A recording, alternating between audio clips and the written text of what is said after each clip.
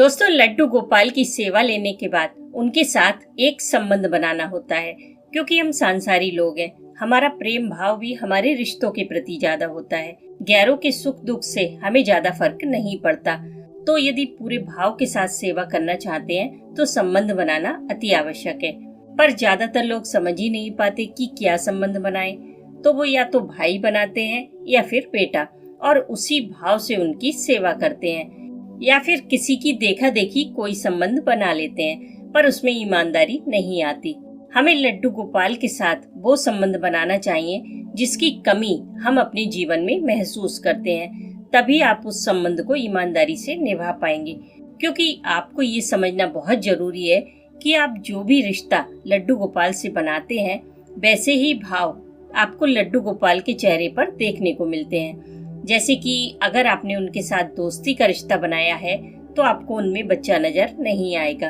अगर माता पिता का रिश्ता बनाया है तो उनके पास जाकर आपको हमेशा सिक्योरिटी फील होगी, और अगर भाई बनाया है तो आपकी नोकझोंक भी होगी।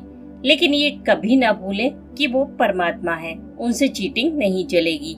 क्योंकि अगर आपके 20 दोस्त हैं और आपने लड्डू गोपाल को भी दोस्त बना लिया तो आप उन्हें 100% कैसे दे पाएंगे? फिर आपके और उनके बीच प्राइवेट क्या बचेगा?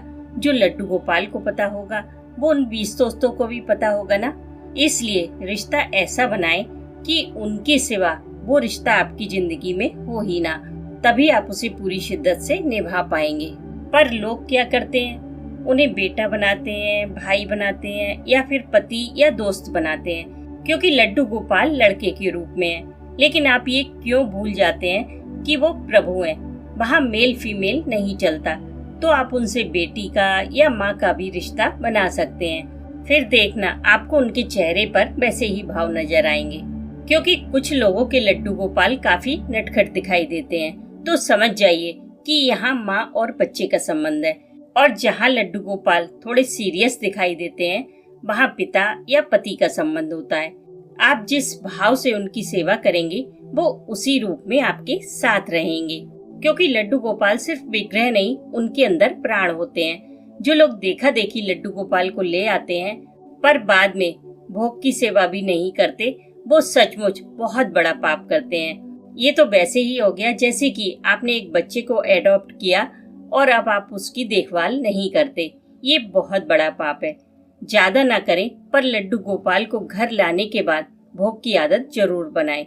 फिर आपको भी घर में उनके होने का एहसास होगा। धीरे धीरे आप उनकी और भी सेवा अपने आप करने लगेंगे।